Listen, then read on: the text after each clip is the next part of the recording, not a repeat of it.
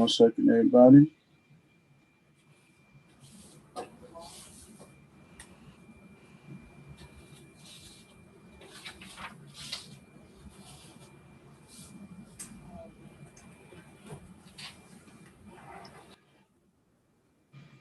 Let's go, Kareem.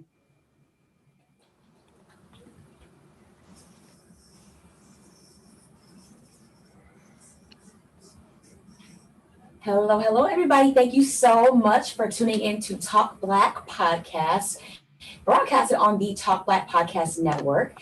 I am your host, Coco, and I also have my lovely co-host, Leslie, on the line. How are you doing, Leslie? I'm great. How are you? Good, good, good. So we have an exciting show today. We have a guest. She goes by the name of. She is Dr. Katrina Ferguson. She is amazing things, an author, inspirational speaker. She is a life coach, radio personality, evangelist, chaplain. Her accolades go on, and I want to welcome her to the show. Welcome, Katrina. Thank you very much. Excited to be here.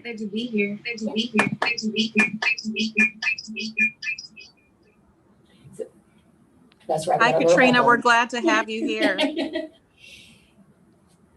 Thank you. I heard me in stereo there for a moment. I did too. That's all right. Technical difficulties. No worries.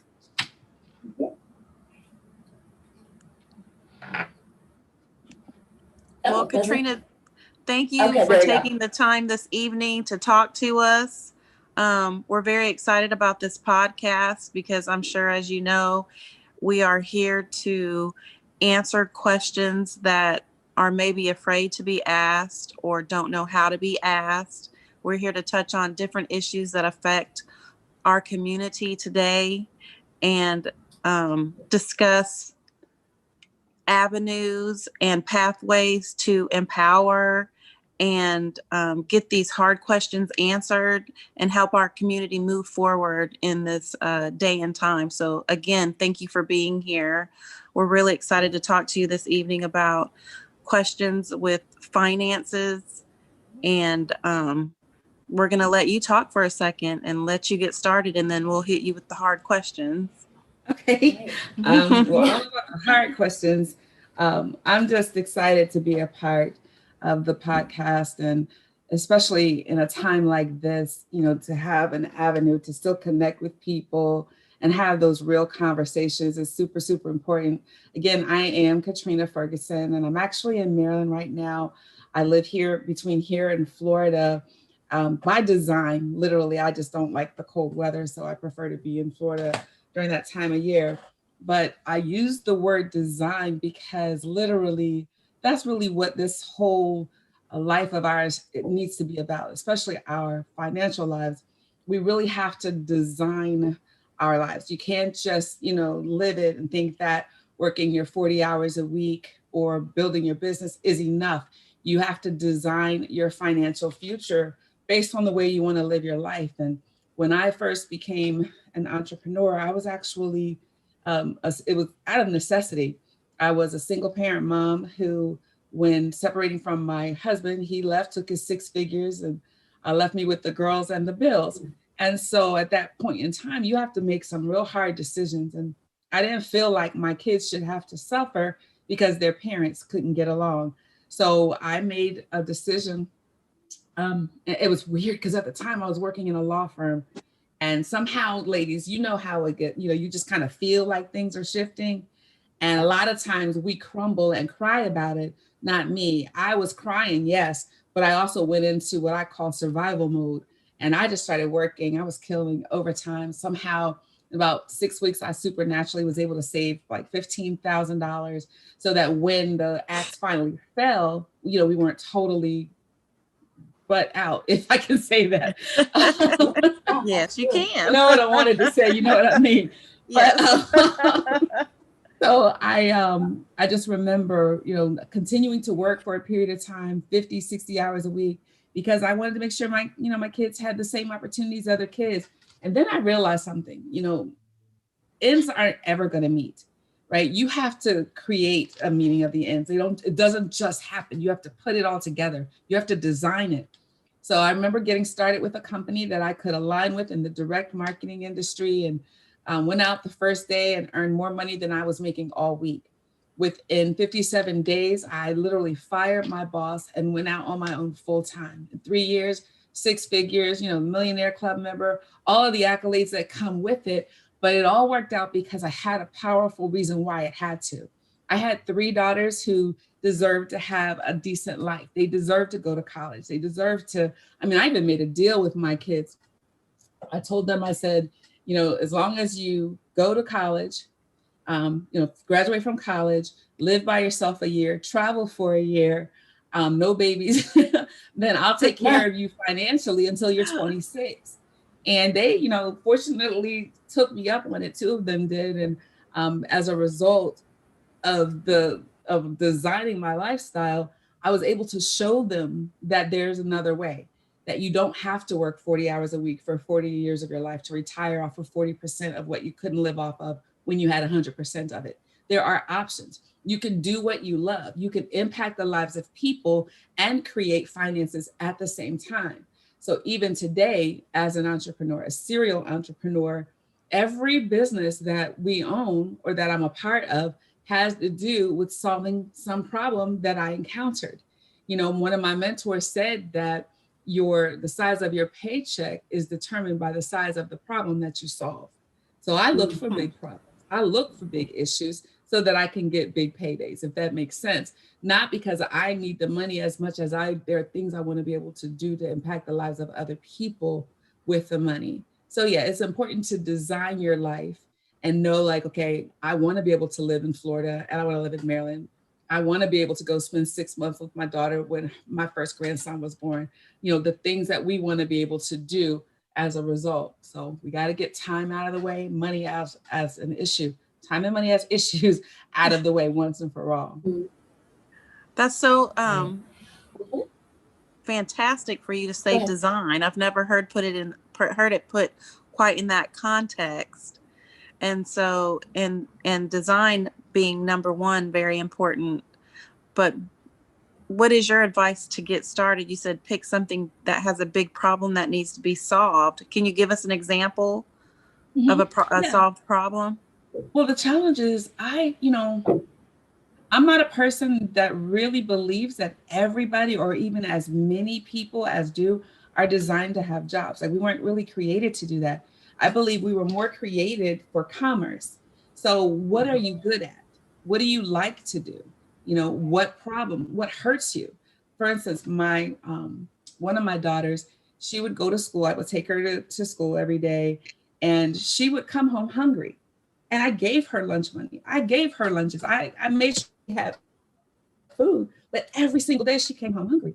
So I asked her one day, what is going on? And come to find out, there was a homeless gentleman that she passed every day after I dropped her off, to get to school.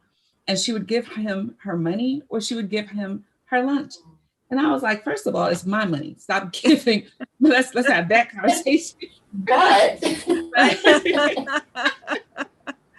so what we had to do was figure out a way, or design a way, for her to operate in her gift, in her calling, right, in her why, her purpose, so that she could both be fed herself and then be a blessing. So we got crackers and stuff like that, specifically for him.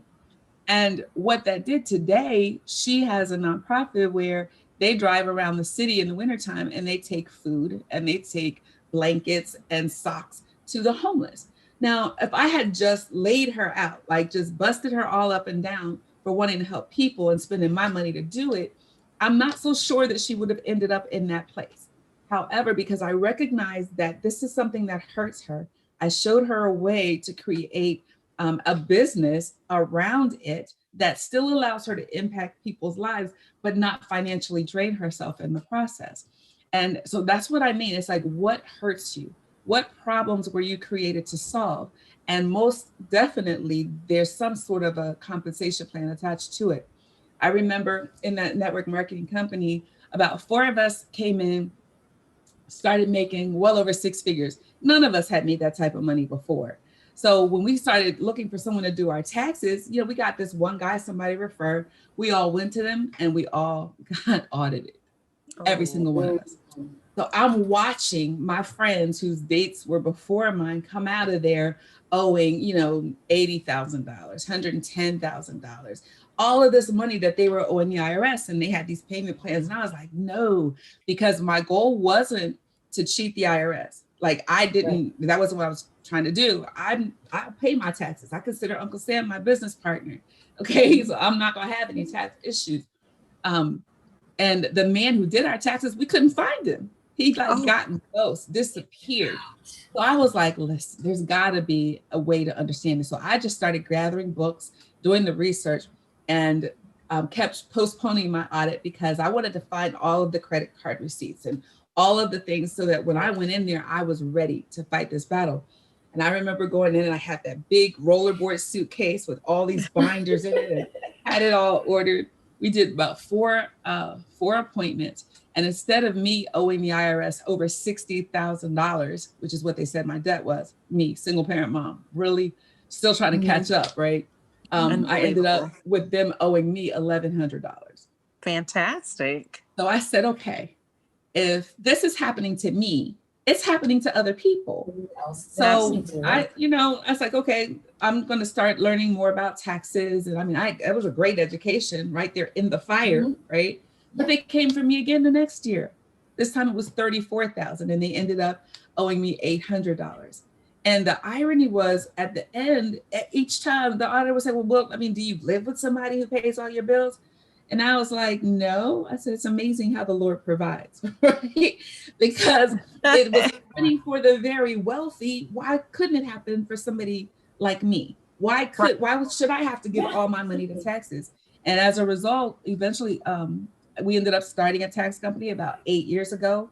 We put the company right in the middle of the disenfranchised neighborhood, I'll call it, because that's where people were taking the most advantage of people with the, earned income credits and the exorbitant filing fees and prep fees. It was ridiculous.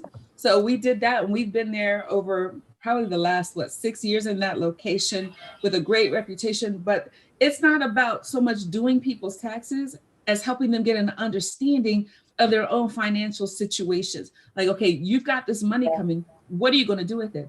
What do you mean? Why are you talking to me about your water being off and you need your tax return to pay your water bill? Even when the stimulus came up 2 days ago, you didn't know there was going to be a stimulus. Today, you're sweating me about money that you never knew was coming. We need to talk about how you're managing your money, how you're designing your life so that you can have some of the things you say you want instead of continuing to live tax return to tax return, not even paycheck to paycheck. Right. Absolutely. Yeah. Absolutely. I love that you were, oh, go ahead. Sorry. No, go ahead, Courtney.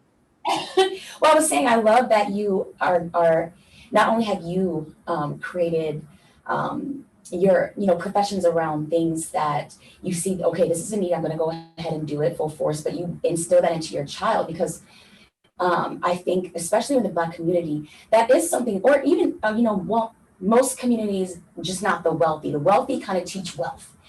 But as far as Black community, we are, it's very either, just get a job or go to school just to get a job. And that's what's instilled. And instead of, your goal in life becoming to work for someone, you're gearing them at a young age to be entrepreneurial and to look for their own avenues. So I think that's a really key thing to start early. And it's really actually my parents are big education people. My mom has a master's in education, my dad has 5 masters and 3 doctorates. So when I left college as a sophomore, it was tough around my family for a long time. And I am very, very blessed because I had an opportunity to talk with my dad about it. Once my mom passed, my dad and I got to be close. I wasn't raised with my father. And I asked him, I said, I was a sophomore in college at a time when I needed you guys the most. I got pregnant and they decided, they wanted me not to stay in school and not go through that whole process. And I just refused. Always knew what I would and wouldn't do. Like I always just know. And he started crying because he was sitting in my house and he looked around. He said, I didn't know you could do this and not go through the education way. I didn't know that not having a college degree, you could still be successful. And I couldn't stand by and watch you. It hurt me too badly to watch you fail. I just couldn't imagine. And then he said, you did better than I did. And that right there, that one moment kind of washed away all of the pain, all of the wondering, why did you leave me? Was I not good enough, not pretty enough, not smart enough? What's wrong with me? It wasn't even about me. It was more about what he grew up with as a philosophy, as a belief system. And so I share that story every opportunity because, all of us have something that a parent has said or done in our lives, and we can't understand, like, if you love me, how could you say that? How could you leave me? How could you walk away? And I just want you to just take the words of my dad. She just loves you too much to watch you fail. Didn't see that there was another or even a better way. That didn't understand that we're not all cut from the same cloth, although we can all be successful. So we have to define success for ourselves and then pursue that without consideration for what everybody else around us is saying or how they define success. Because for me, success isn't $7 million in a bank account. More for me, success is my ability to impact the lives of other people for good, for better, and for best. If that makes sense. Yes, I have a question. I have a question, Katrina. So, as a Black man in society, I know that a lot of times we are sometimes looked on as as a problem. When we're trying to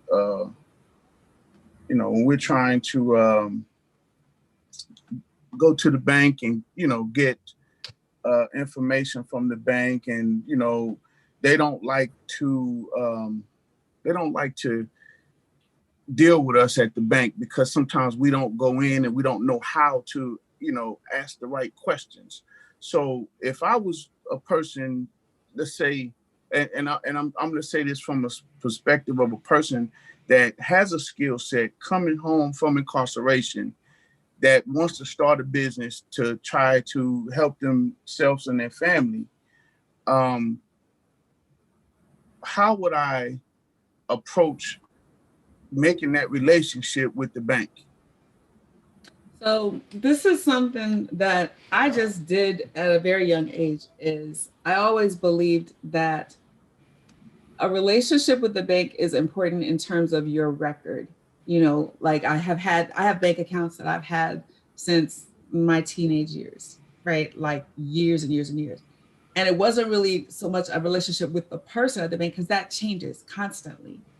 So what happens is, like, I remember I went away, I left the country, and I forgot about some things that were going to be going on in my bank account.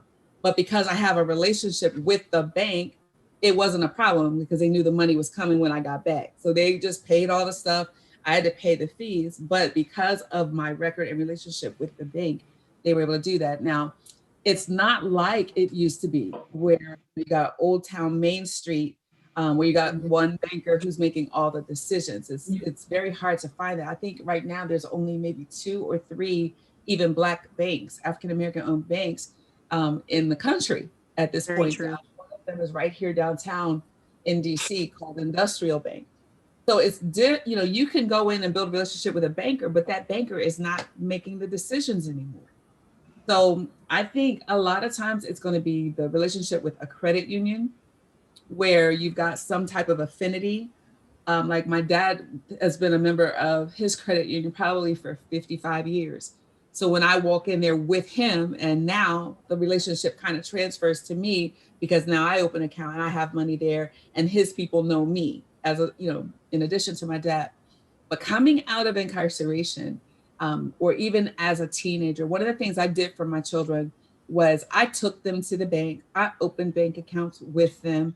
I taught them how to use it. I taught them how to structure their finances. So, you know, how much to save, how much to give, how much to set aside for emergencies, how much they could spend. The whole problem is when we sit down and figure out how much money we have, we figure to the penny. You know, we plan on spending 100% of what we make. Why, Sway? Why? You know, when we could go so much further by simply planning to spend 70% of what we make. Live less, you know, live on less than you can afford to live on. It's less stress, fewer broken relationships. But these are all situations, Daryl, that could be dealt with if we went back to the model of mentorship, right? Coaching, right? My daughter is my baby, my youngest daughter, and her husband don't have experience with babies. So when the baby came, had I not been able to come and be with them, what would have happened to that child? Now they would have figured it out, but why should they have to figure it out when there are those of us who are doing it and have done it, and all we have to do is show them what to do. They just have to be open and be coachable. And it's the same thing with the banking relationship. It's the same thing with the person who was incarcerated. If you have a mentor, find a mentor. And this is how let me tell you, back in the early 90s, when I was first starting on this journey, I needed a mentor. I knew I needed a mentor. And I didn't know anybody who knew anybody. So I literally went and I got tapes. And back there was tapes. Oh my gosh, I just aged myself. But it was audio. It was audios. It was books. I was reading the stuff that people who had what I wanted had written. People take their whole lives, they put it into a book, and we can shortcut this process by simply reading the book and applying what we read there. And I remember going to this book signing and Les Brown was there. And I didn't even buy the book. I just walked up to him and I said, listen, I've been praying for a mentor. And he said, it looks like your prayers have been answered. And from that day to this, Les Brown has been that mentor for me in the areas of, you know, maybe speaking and writing books, or just how do I do life? And that's how you do it. You have to find someone that you're willing to trust. And remember, a mentor is not someone whose advice you seek, it's someone whose advice you will listen to. Don't waste people's time. Don't just take their words for granted. Don't take their life experiences for granted. You have to be prepared to literally do what they're telling you to do if you want to reap the rewards. If I'm having success in a certain area and I can say, listen, all you have to do is exactly what I did. Put one foot in front of the other and you decide you're going to walk on your hands, you're not going to get the same results.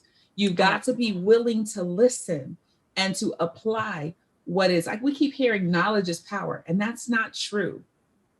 Knowledge is nothing if you're not going to put the corresponding action that goes with it. So it's the application of that knowledge that brings power, right? Okay. Otherwise it's just conversation. I love that. Yeah. So it's important that we begin to teach our children, like if you don't have a physical mentor, you know, when my kids didn't have a father in the household and they would say, you know, I miss my dad. You know, why? You've got God. He's never going to leave you. He's never going to forsake you. This is the father that you go to when your physical father with skin on is not here or not available. You're never alone. You're never without. But had I not experienced it, how could I have really told them that? If I didn't have someone who showed me that I'm never alone or told me that and I believed them, what message would I have passed down? We've gotten so far away. Our kids today think they know everything. And don't know anything. Kids at all ages, we think we know everything. I don't know. It's something, you know, it's something super special about this blessed group of young people that are coming up. And we super special. They're just amazing. It's amazing some of the stuff they come up with. But you bring up a good point though, you know, with more and more with technology the way it is, and more of our young people spending more and more time plugged into the technology, how do we turn that train of thought into forcing them, not even so much forcing them, or helping them and mentoring them to forge the relationships needed to even seek out a mentor? So first you got to unplug them. That's right? The hard part. Right. It's not the hard part if you never let them get plugged in the first in the first place. The challenge is we as parents are plugged in too. So rather than raising our own kids, teaching them the lessons of our lives, we're allowing them to learn from Dr. Google. We're allowing anything, anytime something comes up, don't ask mom. I mean, I would call my grandmother, how do I make this? How do I do that? Now it's just Google it and the answer's right there. So now there's no reason for me to call my grandmother, right? So we have to really, really instill from a little, like my grandson is 4 months old, 5 months old, and he will hold a book like he's reading it. He just likes to look at books. Why? Because we want him to spend more time reading and getting into books than into the video stuff. Because that's how you learn to communicate. That's how you really, really, you're learning. I'm just floored by some of the stuff I see these kids taking part. And I told somebody I wouldn't even want to try to raise a child in this society. Gift I've heard. I have a not right 5 now. There's too much out there for them to get sidetracked on. So we have to work double time. You know, it's not easy, but it's your responsibility as a parent. What I found is I'm looking and I'm trying to find the positive. So I'll see my 5-year-old and she's navigating these apps and this iPad and knows how to edit videos. And I'm like, oh, okay, this is totally not what I was expecting that a 5-year-old would do. I was playing with Barbies and playing with blocks and books and stuff like that. But these kids, they're so tech savvy. And I feel like we can use that and as an advantage too. Kind of guide them in like, oh, you want to make videos? Well, here's how to boom, boom, boom, boom, boom, and kind of guide them in that way, because this is the tech era. Like these kids are so tech savvy. Or even take it to the next level and find out, you know, what does she really like? Like, because we as parents, you know, we come into this earth as like a magic coloring book, right? With blank pages. But God knows what's supposed to be on the pages. It's our job to figure it out. So, you know, when you go through the magic coloring book, the first time it's all blank pages. When you go through the second time, you see the outlines, you know, the black lines to color inside of. But when you go through the third time, it's a full Technicolor version of the book. And that's what God intends for us to live, a full Technicolor version of our lives. But if our parents don't take the time to get to know us and know what's in us, how do they guide us? Even whether it's, hey, you know what, you like to feed the homeless, let's build an app that the homeless can go to and they can say, I'm hungry and I'm on the corner of 14th and we take food to them there. Figure something out, be creative as a parent. It's a lot easier to just let them be babysat by the technology. You know what I mean? But it takes more time to get their attention away from that stuff. It's not as easy as it was, you know, back in the day, there was nothing else for you to do. So I literally, when I come around and my grandkids know we're going outside, we're going to the park, we're going to experience things. We're getting out. It's not an electronics kind of time. So it's not, but we want our children and our young adults to learn how to manage money, respect money, appreciate money, have money work with them, not against them. And how do we get that message to them with such a greedy, you know, approach that we, you know, everything is greed that you see online. Everything has to do with materialism. And there's this huge divide, and my mind is boggled trying to bring it back down to the grassroots of our community needing to save the money. I know I grew up in an era where it was put your money away into a CD and let your CD grow for you and keep going. But you don't even hear, I bet if you said CD to a young adult today, they would look at you like you were crazy. And then the trust factor is gone. We see how our young generation no longer has a relationship with even law enforcement over fear. So there's fear everywhere. There's greed everywhere. And how do we bring that back to come back to saving and learning and mentoring and bringing that all together to where it's finally starting to work? I know you said you have this tax office, and I know you hear it. I can't wait to get my tax return so I can go shopping. How do you flip it's that. worse than that. It's worse than that. It's like, can I get a 36% interest loan on my tax return in advance until it comes? In case it comes, I'm not sure if it's going. And you're just sitting there like incredulous. But there are some that you can have the conversation with, and others, they're just going to do what they're going to do. And it really starts at home. It does. Absolutely. Remember back in the day when in school there was home economics and you had to learn how to do a budget and all those things. You have to take the time to teach it to your children at home. And if you are a parent who or a grandparent and your children aren't doing it, take it upon yourself. You know, the Bible talks about the older women teaching the younger women how to do. And that's the example I use with my grandson. You know, me being here just meant that there were things I was able to shorten the learning curve.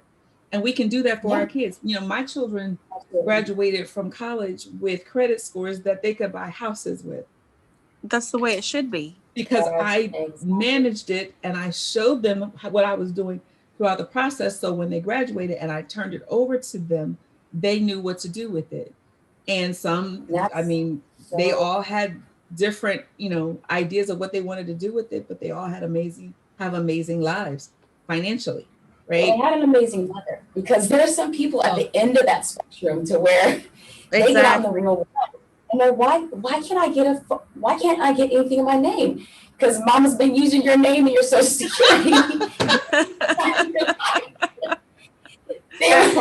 That part.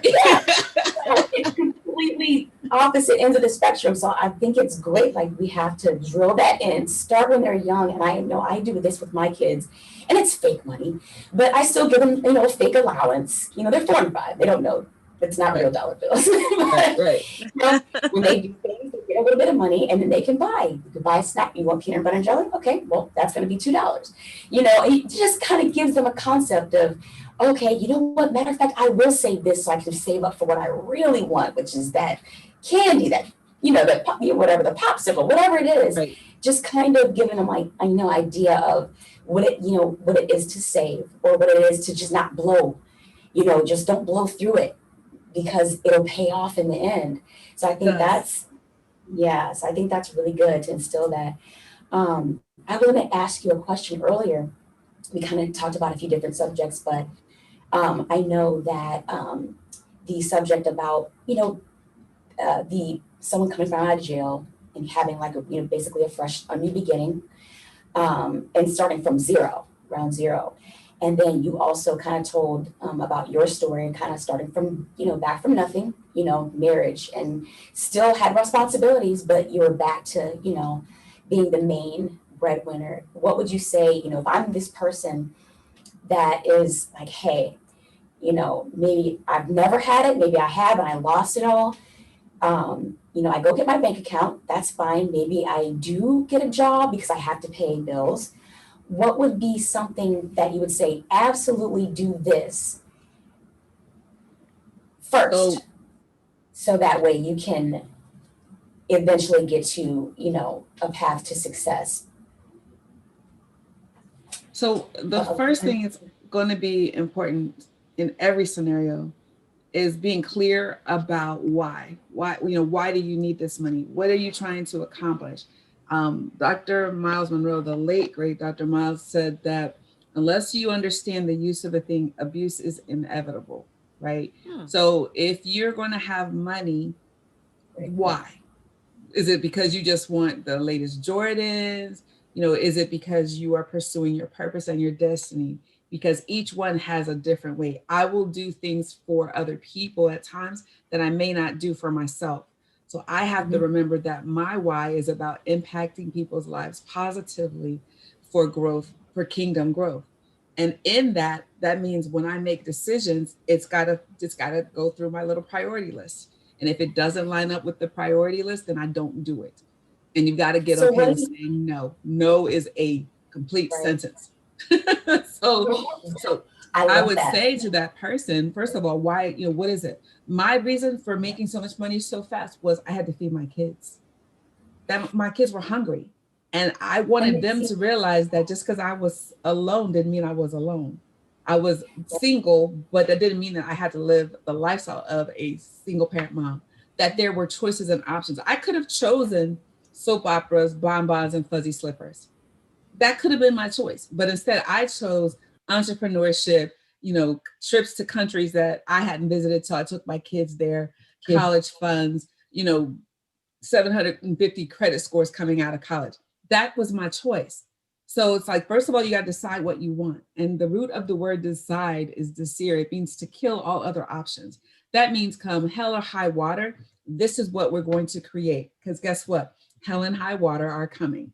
Because as soon as you make a decision to do anything great, you can expect there to be some opposition. But you have to decide on the front end that you're going to go through it. The problem is we get stuck in the middle. It's kind of like when you're driving and there's a torrential downpour and you see people pulled over to the side of the road, when if they would just drive another quarter mile, the storm would be over. So we make the decision and then we put together a plan, a strategy. And it's actually all in our book, First Thousands and Then Millions, where we give people the 7 steps to overcoming their money problems, to unlocking their financial freedom, and finally living the life that they deserve. We work on mindset. How do you see money? When I wanted my car, I had this Datsun. It was a Datsun, wasn't even a Nissan, 310GX. It was black with burgundy interior. I was like, yes, this was my car. When it rained, the floorboards would get wet, but it was my car. I kept that car clean. Why? Because I knew that I'm just a steward over what I use here in the earth realm. If I can keep this clean, then he can trust me with more. So eventually I moved from that to the Camry, from the Camry to the Beamers and the Lexuses and all the other stuff. But it's a process. Same thing with the apartment. How are you living? Like literally, how are you living? Let's look at it. Let's talk about it. Because often you can look at someone's environment and determine what's going on in their head. If it's convoluted and it's crowded, it's like the, the 5 a.m. morning, that book, something, they said something about making your bed every morning when you get out of it because of how you start your day and what it does for the rest of your day. Right. Those kinds of things play into the equation way before you start talking about dollars and cents, right? So, and then we got to figure out, are you an entrepreneur or an entrepreneur? Are you able and disciplined enough to realize, when I realized that if I didn't work, I didn't eat, right. It was a whole different conversation. It was a whole different way of doing things. And can you muster up at this point the discipline that's necessary to have what you say you want to have? And then once we get through all that, now so we know where your head is at. We know what we need to work on. We know what you need to read. We've taken the assessment to kind of figure out why you make the decisions that you make. Now let's lay out the plan and the strategy for this money when it comes. Because if you don't have a plan or strategy for when it comes, it will be like money coming to you in a bag with holes in it. You'll look up and be like, I had $800,000 and now I have $8. Where did the money go with nothing to show for it? That cannot happen. So let's have a plan. So when the money comes in, you're going to do this with this money, this with that money, and just stick to the plan.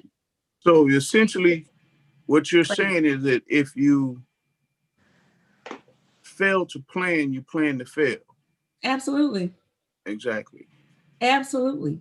Absolutely. So, and that's the thing. We just live in life, willy-nilly with no idea where we're headed and just hoping that we somehow get there. It doesn't work that way. It doesn't work that way. So my other question for you is, so if I'm a person who, I want to be an entrepreneur, and what happens in the Black community is, and I'm gonna put it out there, when we hire our own people, a lot of times what happens is we end up with this consensus of, I don't F with Black people because they always gonna do this and do that. But I have an understanding that, a lot of times what happens with our people is we learn how to do things. Let's say someone who knows how to braid hair. Okay. So we learn how to braid hair at a young age, and, we braid it, we get pretty good at it, but we never go to school for it, which you don't necessarily have to go to school, because if you're good at it, all you got to do is research and find out what it takes to get a license. Once you get the license, then you start the business. starting a business is not just saying, hey, my business is Joe Schmo hair braiding. No, you can't do that. You have to go through the process because, like you spoke on earlier, taxes. You got to pay taxes. You have to pay franchise taxes. But see, that's where a lot of our community is lacking, because we learn how to do a trade and we started doing the work without setting up the business. And we work from job to job, and we spend our money on paying the bills. We don't have a budget. We don't even know how to go in and bid on a job. And so my thing is how do we get that across to the people that, if you really want to start a business, you have to, like you said, start with a plan, and then you have to do all the steps if you want to be successful, because you cannot become an entrepreneur and not follow all the steps. I mean, that's how I think. You could be a bootleg business owner. I mean, you can, but you can. How far will you go? But that's the thing. If people aren't designing their lives, are they really going to design their businesses, or are they just going to fly by the seat of their pants? Because my life is a business. I run my life. Listen, I told somebody, I said, Mary, again, I said, it's going to be as much of a business decision as it is a love decision, because we have to be on the same page in a lot of areas. Otherwise, it's a waste of both of our times. Period. Exactly. Right? That's a whole nother show. But yes, it is. A couple things that you said. It is disheartening a lot of times, because I do hire Black people to work for us. And it's really sad when they're more concerned about a paycheck than the quality of their work. It's a conversation that we have from the very beginning. It's like, I don't expect you to do exactly what you're paid for. I expect you to do more, because I'm going to do more for you when I see you do more for us. And that's kind of how I carry it. So I use a straight reward system. My grandkids, I'm like, listen, I've got to do a talk on this book. I need you to read it and give me a report. I'll give you $25. They think they're making money, and I'm actually changing mindsets. Oh, yeah. Okay. Very well. So you have good to reverse psychology. Yeah. You have to. Okay. So what motivates that person? You have to figure it out. Like, what causes them to move themselves? I can't move you. I can't motivate you. I can inspire you to move if I know what will make you move. So if I know your thing is, I just want to be able to pay my mom's light bills, every month. Okay, cool. So how much is your mom's light bill? All right. So how much money do you need to make to pay your bills and your mom's bill? All right. So if we pay you this amount of money, you're going to keep paying your mom, right? You take care of her bills. Okay, cool. And when things start to get crazy, I'm going to use that. I'm going to say, listen, you said your reason for coming to work here was to have enough money, not to just pay your bills, but to pay your mom's light bills. You do realize that if you don't perform here, you won't be here. And that means you won't be able to do that for your mom. What's more important, your temporary inconvenience or the long-term ability to take care of your mother? You let me know. And if the answer is anything other than what he said that why was, I can't do nothing with it anyway. I'm not called to everybody. I'm okay with that. I'm going to do what I can for those I can do for. The Bible says that one man plants, another man waters. I know I'm not going to be the end all and be all to everybody, but what I can do is help you be a little bit better today than you were yesterday. That's my goal. So we use whatever we figure out from conversating with them, motivates them, and then we use that to help them, to inspire them, to motivate themselves to continue to do the job at a certain level. That's really all we've got.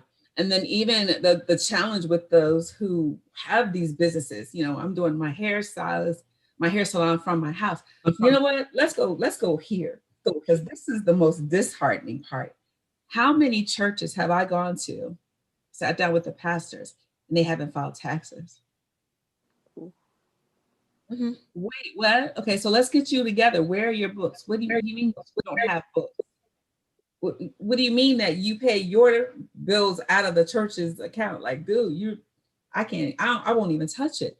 So if this is what the leaders in our community are doing, what do we expect our kids to do? Oh, you bring up a fantastic. We want to see, huh? Yeah, absolutely. I agree with that 100%. You have to lead by example, and if your example is poor, then exactly you've done miles of damage without thinking of the consequences of your actions.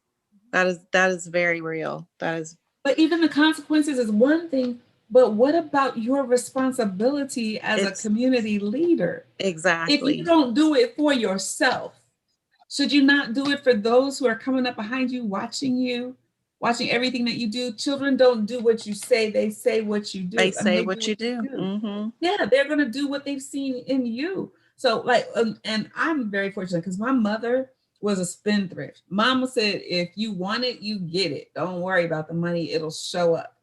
Then on the other side, I had my dad who was always like, no, plan. Dad had thousands of dollars in the steering wheel column of the car.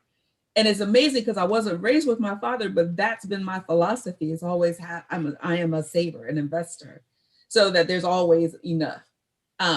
But had I just taken the lesson of my mom, we wouldn't have this conversation. We would be having this conversation right now.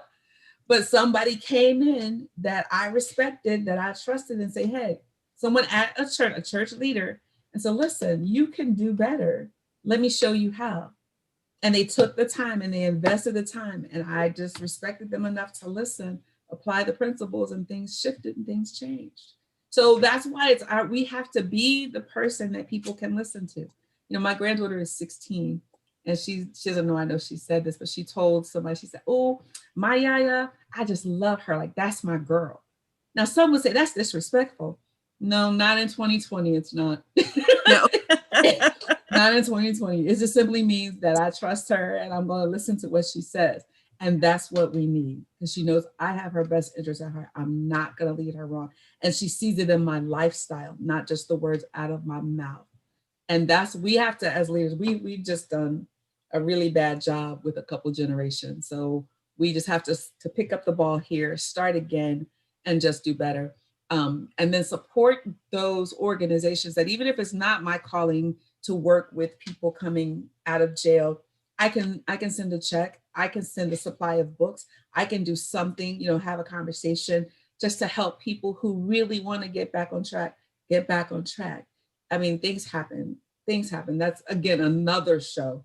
But things happen that are not always what they seem to be. You're right. We can't act like we got it all together. Hey, and things go ahead. I want to take a quick pause to let's say that we're live on YouTube channel Talk Black Podcast. We're also live on Facebook on Talk Black Podcast. If anyone wants to call in and talk to Katrina that's watching right now, the number is 281-818-6218. Call in, ask some questions. I mean, Katrina has a wealth of knowledge over here, and especially when it comes to being an entrepreneur. So we want to get as many people as possible to ask questions while we're doing this. We're definitely going to follow up and do some more talking to Katrina and some of her other people that are on her platform. We definitely want to talk about your platform, Katrina. And we also want to talk about this book, Thousands to Millions. I mean, yes. Man, that sounds, I mean, I've been a thousandaire. And I think I actually touched the millionaire once in my life. I mean, now I'm like a $10 heir right now. You know what I'm saying? So my money kind of tight. I mean, anybody want to send me a loan or, anything like that, I'll post my Cash App here in a few minutes. You know what I'm saying? But I'm just saying, I'm doing bad right now. But yeah, let's talk about the book. And like I said, anyone that wants to call in, 281-818-6218. Let's see what's because you wrote this book with James J. Darden, right? And he's a really good friend of mine. Actually, James was my banker for, man, I guess 10, 15 years. Like, he was one of the people that kind of helped me understand what entrepreneurship was, because I was always a person who had business. I ran my business for many years, but it was bootleg, as you say. I ran a bootleg business. I never paid taxes. I never knew anything. Wait a minute, did I say that on the air? Okay, wait a minute. I paid taxes later on. Okay, let's not say right now, but later on I paid the taxes. You know what I'm saying? But so I was a bootleg paneer. Let's say that, a bootleg paneer. That's what I was. When James and them helped me to learn to be an entrepreneur, because they actually helped me construct a working relationship with the bank. And so I'm under the consensus that, yeah, the bank can't help you when it comes to approving things. Well, some things, it depends on what it is. But if you have a good relationship with your bank, they can make things easier for you down the line when you're trying to get things. Like when I wanted to get my house, they made things easy for me. You know, when I was first starting my business, they made a lot of things easy for me when it comes to depositing money, getting cash out, you know, building credit with the bank, you know, because sometimes if you have no relationship with the bank and you go in there and you try to do some things, you know, they put up a wall. I mean, that's my consensus, especially in the South. Now, I don't know about the East Coast and stuff like that, even though I'm from New Jersey, but I never had that experience because back then I didn't put money in the bank. I put it under the mattress, you know, so now we're going to put it in the bank. So Katrina, some of it, because we're in a time where you need to have some money in the mattress too. Don't play. That's true. What's the call-in phone number again, please? It's 281-818-6218. Yeah, so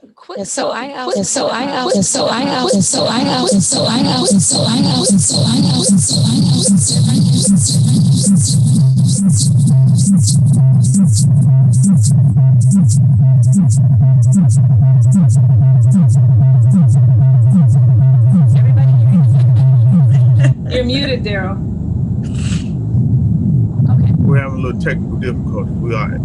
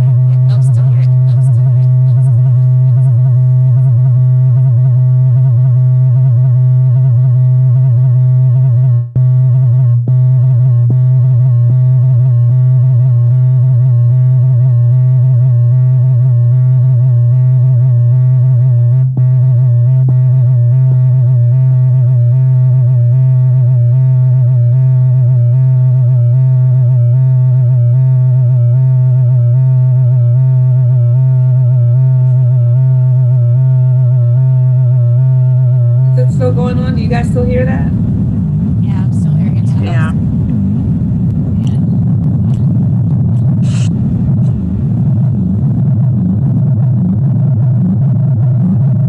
Sounds like a spaceship. Mm-hmm.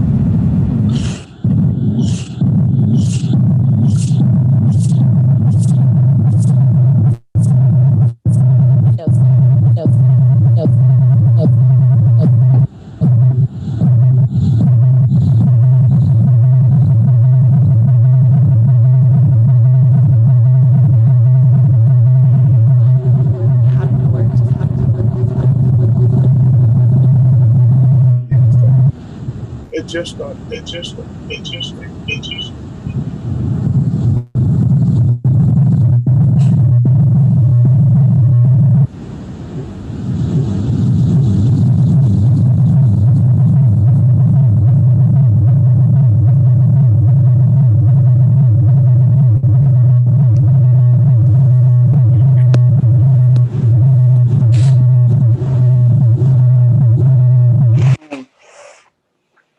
There we go.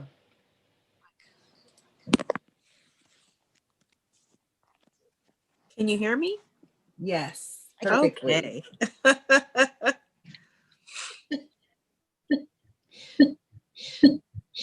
Uh-oh, there's some echo. They're back. Oh my good. That was it's so bizarre.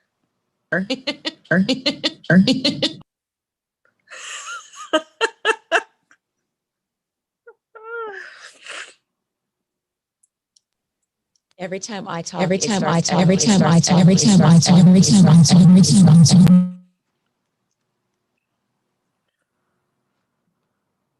Katrina, can you hear me? I can hear you, yes. Okay. Well, I think we can hear each other. I don't know if we are echoing in the studio or not. Okay.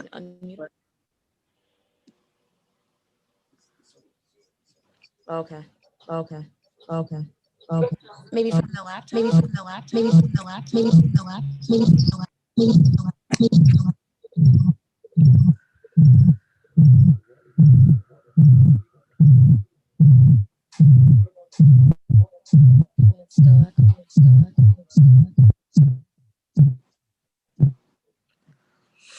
Hello. Okay. Yeah, that's better.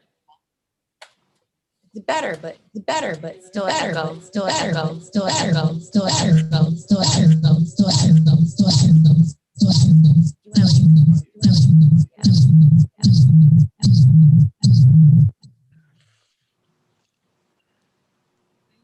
If you wanted to. If you wanted to do it on purpose, that she's like, I can't talk. Party. Well, since we can hear each other, where I think it's fixed. Oh, it's fixed. No. There you go. Your book. Yes. Amazon, any bookstore? Oh yeah. Yes. Okay. The book is called First Thousands, Then Millions. And the way that this started is I used to travel with a very well-known minister who was going around teaching financial and wealth principles. And he would teach and people would be like, oh yeah, this is great. This is awesome, whatever. And then at the end, it would be like, okay, but the package is $5,000. And what was happening is I'm the person that always would stay back because I want to talk to the people. I want to connect with folks. And I was hearing over and over again, especially like single parent moms who use their last money, their grocery money to come to this event and get there and be like, this was my last chance. Like, what is there for me?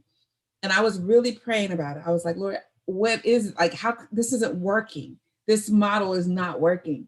And he said, because there's no system. There's no process. He said, you can't go from 0 to millions. He says it's first thousands and then millions. So, okay. Yes. So out of that, we started actually a training. It's called Project Thousandaire. And with Project Thousandaire, our goal is to take people from wherever they currently are to where they want to be financially. So first, let's deal with the hundreds. Then we'll deal with the thousands. Then we'll go to the tens of thousands and so on and so on and so on. So I called my good friend, Daryl, and my good friend, Jay A. Darden. And I said, Jay, this is what's on my heart. And we have very similar hearts. We connected years and years ago. And Jay was vice president at a major bank at the time. And I said, so you have the credentialing. I have the inspiration, the time, and just really want to impact lives. Let's get together and make something happen for people. And that's what came out of that. One of the many things. So in the book, the chapters, they're like, change your thinking to change your life is the first step. Secondly, you have to have a coach. You have to have a mentor. You have to have both, because a coach is going to teach you, okay, this is what money is. This is what money does. But the mentor is going to be more concerned with your life in a holistic way, more concerned with everything that's going on. Third, we talk about affirmations, because you're going to have what you say, period. There's just no way around it. So you might as well say, if you're going to say something anyway, say the right things that are going to move you in the direction to where you want to go. Then we talk about notations, having a written plan with checkpoints so that you can track your progress throughout on the way. Then we talk about embracing the philosophy of paying it forward. Because think about it, it's not all just for you. You know, you get what you give. And if That's you very give what true. you get, you'll get more of what you give. Okay. Right.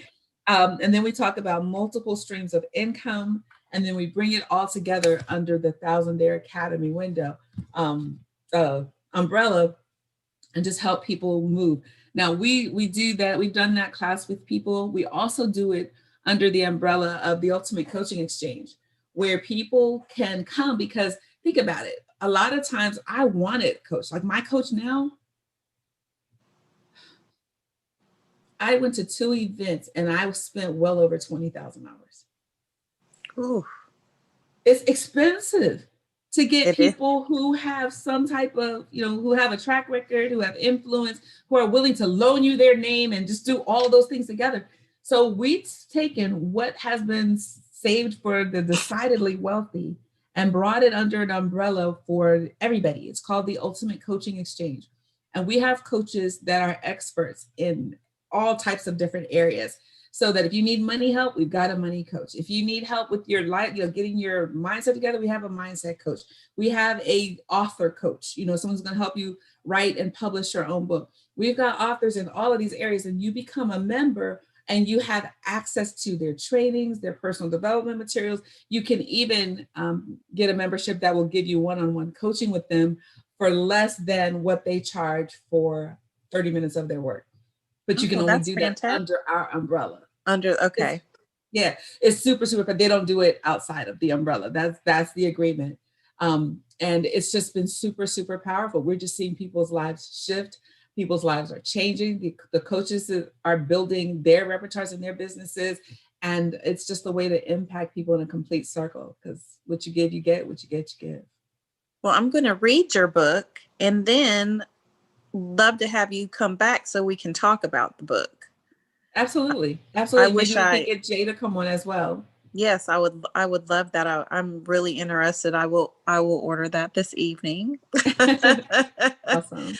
So I do have a question for you. With the state of the world today with COVID and another talk about shutting down, is it still the norm?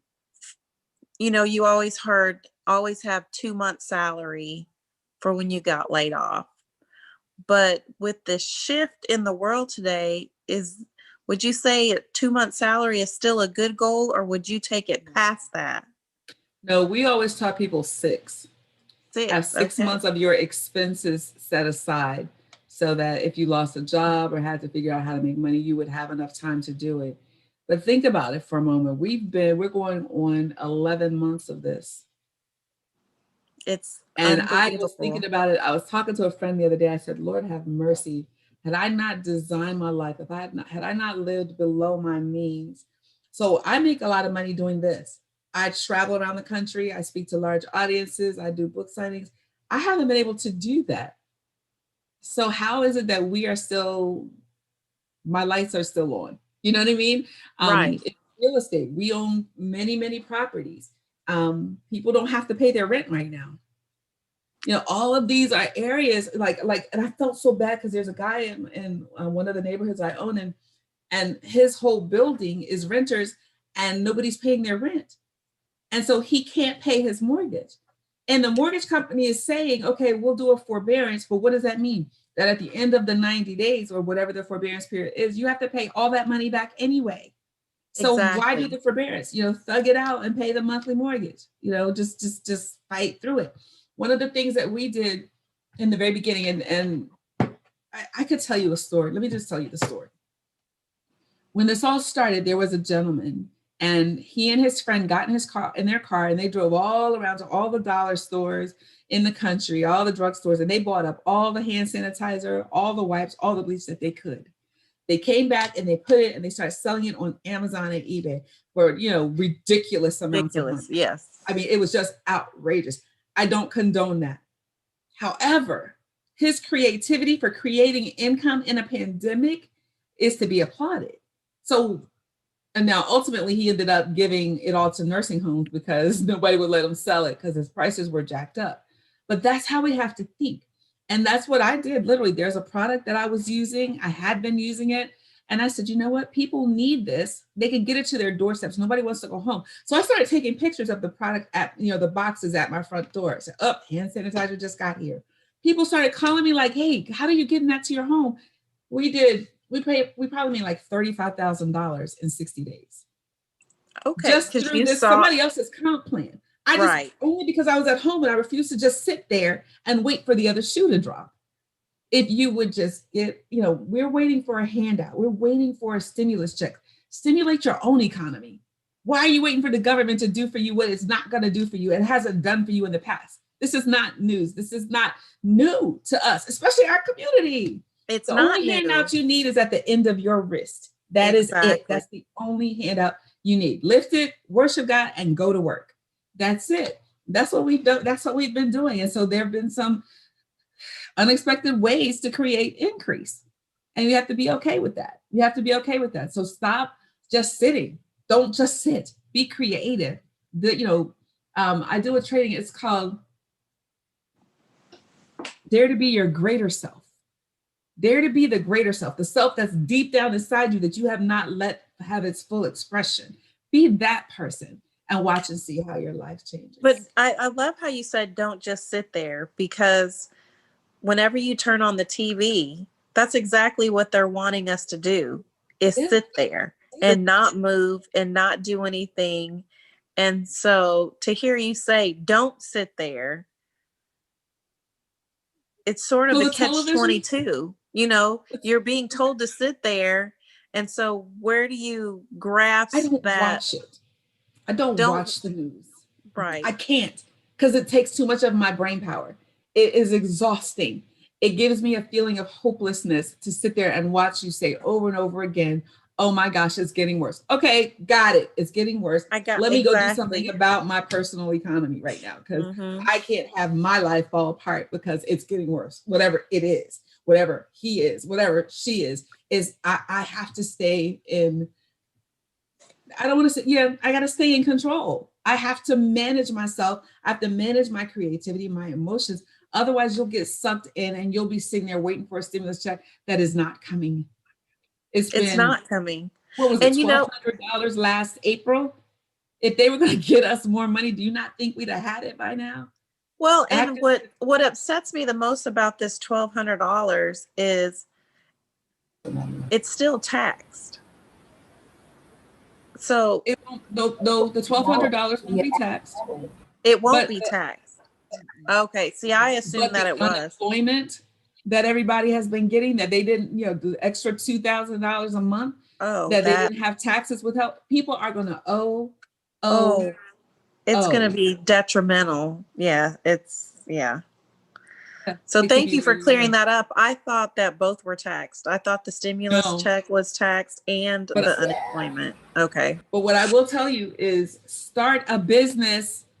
Everybody start a business, find something to do. Start a business. You're right, Lynn. I've been listening. Situation. Yes. Start a business. Absolutely. Oh, before we go, there we go again. Well, Katrina, we are still having to be a rapper as a teen. We are still having technical difficulties. Make Thank you so much. I do want to read the book, and I would love to have you come back at a later date so that we could go further into your steps in the book and talk about those. Just do one more thing. Since we're talking about the pandemic, I've been sharing some things that have been really helpful to people for navigating in this season. And I'll just run through them, and we can talk about them another time or whatever. But this is a good time for saving. This is really a good time to start setting aside money. We're not going to work, so that gas money, don't spend it. Set it aside. We're eating at home more. That eating out money, don't spend it. Set it aside. I know Christmas is coming, and I know that it is so tempting to overspend, but I'm telling you, for what is coming in 2021, you need your dollars. You're going to need your money. Secondly, This is a good time to delay your major purchases. Unless you're buying real estate that's on sale right now because people can't pay their mortgages, so they're selling their homes and they are deeply, deeply discounted. Unless you're buying some kind of an asset, I would delay any major purchases or any major projects. Get past this rough set. Protect your money, protect your finances right now. Value your position and your possessions. Be grateful that you have what you have, but understand that, how long is it going to last? Take inventory so that you know what it is that you need to do. Withdraw from unnecessary stuff. Withdraw from continuous negative news. There's no reason. They're not saying anything that they won't say again in the next hour. You watch it once a day and keep it moving. Protect your mindset. Okay, we need to protect our mindset. The reason people are dealing with anxiety and depression is because you're feeding yourself things that make you anxious and depressed. So feed yourself uplifting music, read good books, go to the beach, walk around outside. I had a friend who hasn't been out of the house since February except for the grocery store. And I'm like, that's a body foul. Like, you need terrible, fresh air. Yeah, you got to move your body. This is a great time to start exercising outdoors. Only buy what you need in terms of extra stuff. Keep your food and your toilet tissue, your paper products stocked up, put some stuff in the freezer, wherever you need to. I know I bought the kids a freezer because I was like, we got to make sure that everything is in place. And most of all, don't live beyond your means. This is not the time to be sudden. This is not the time to do things that are a stretch for you. This is the time to use wisdom, and wisdom is the principal thing. Well, thank you so much again. I can't wait to have you back so we can discuss your book and dig deep into it and hopefully get a more positive message out there on how to handle our money and make it grow for us. Work with us, not against us. Exactly. Well, I like you guys. I want to play with you guys again. So when I come to Houston, I'm going to call too. Maybe I can come in the studio and we can hang out and, listen to Courtney rap some more. Yes, absolutely. Well, again, thank you so much. Absolutely. My pleasure. Take it easy. Bye-bye. Bye, Courtney.